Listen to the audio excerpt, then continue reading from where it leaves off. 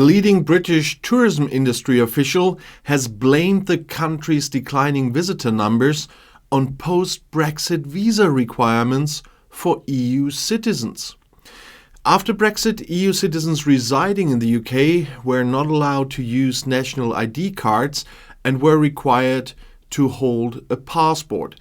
And Bernard Donoghue, director of the Association of Leading Visitor Attractions, or ALVA, described it as irrational to ban EU citizens from visiting the UK using their national ID cards either. We thought it was a catastrophic act of economic self-harm, is what he told The Independent. ALVA members include the UK's leading museums, galleries, historic sites and leisure attractions, totaling over 2,200 locations. The group lobbies the government, media and businesses as well on behalf of its members and seeks support for the sector. Requiring EU citizens to hold a passport to travel to the UK has been both a major burden for travellers and a risk for the government. EU citizens enjoy freedom of movement within the common Schengen travel zone. When travelling to other EU countries, they only need to present their national identity cards. As a result, more than 200 million potential visitors to the UK from Europe only have an ID card. According to the government, the country would lose around 890,000 visits from EU citizens every year, and this represents a financial loss of around £590 million annually. The ALVA director said English-speaking schools in the UK have also suffered. Over the last 3 years, they has lost both customers and money, as Donoghue said. Ireland, Malta and the United States were the only countries to benefit from the ban on EU ID cards for prospective language students. This has really had an impact on the visitor economy here in the UK, said Donoghue. According to the Institute of Tourist Guiding, school group bookings in the UK fell by 99% after Brexit compared to 2019. And before Brexit, around 10,000 French school trips to the UK were organised annually, contributing £100 million to the economy. However, the UK's post-Brexit visa rules for EU students have made it difficult for teachers to organise student trips. In addition to the fact that many French students do not have a passport, like us Germans, non-EU citizens must apply for a visitor visa, which causes additional costs and inconvenience for certain areas. And the British government has decided to relax visa requirements for French school trips after Brexit until the end of December 23, as they wanted. Students from the EU, Iceland, Liechtenstein, Norway and Switzerland could now travel to the UK using their ID card, although I didn't find confirmation there. Students from non-EU countries enrolled in French schools will still need a passport but will no longer need to apply for a visit visa.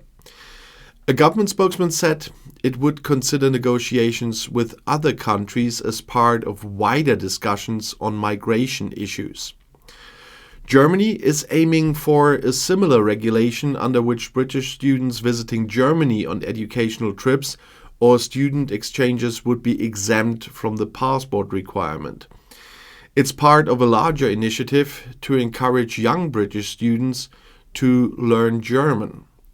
In addition, trips to Germany should be made more accessible and attractive for British students.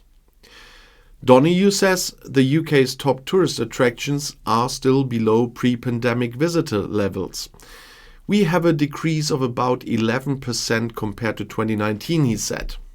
The ALVA director said the Chinese are the most important population group that has not yet recovered. China lifted its COVID-19 travel restrictions later than most other countries.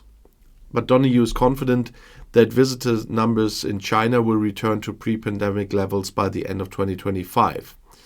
They have initially focused on travel within China and East Asia, but are gradually returning to the UK, he said. Visit Britain predicts 39.5 million British visitors in Britain by the end of 2024. However, visitor numbers are expected to be just 3% below pre-pandemic levels. The National Tourism Board expects that in addition to Chinese visitors, American and Gulf bloc travelers will also contribute to the increase in visitor numbers. Visit Britain forecasts a full recovery in inbound traffic to 2019 levels, both in visit and spending, by early 25. Although the UK's visitor numbers recovery compared to 2019 is similar to other Western European countries, the agency expects a decline in market share by 2028. The UK is forecast to see an increase in visitor numbers of just 19% by 2028 compared to pre-pandemic numbers, while in Western Europe the figure is 26%. And Patricia Yates, the CEO of Visit Britain, attributes this decline to a decline in intra-European travel. The fall in the numbers of EU visitors is partly due to the fact that the entry to the UK requires a passport, not just an ID card. And Donoghue, who is also London's mayor-appointed cultural tourism ambassador, said abolishing tax-free shopping in 2021 was another wrong step. He said the abolition of VAT-free sales for tourists would make the UK less competitive and less attractive as a tourist destination. The ALBA director shared that overseas visitors are therefore spending less time in the UK and shopping in other European cities such as Paris, Milan or Rome. And the UK's Office for Budget Responsibility estimates the government would save around £400 million a year if it scrapped the VAT refund system that they did at the time. And this change was expected to reduce the number of tourists by an estimated 20 to 30,000 per year. And so they didn't see so lot that happened in a good way. But so that it doesn't go under the radar, I have another topic quickly. In a speech to the House of Lords Economic Affairs Committee, the British Chancellor Jeremy Hunt hinted that the British government could hold the next general election in October.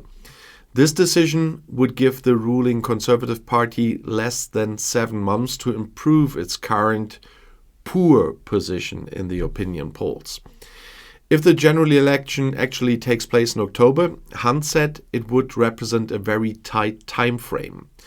The Conservative Party is currently around 21 points behind the opposition Labour Party, which could mean a positive result for Labour in an election.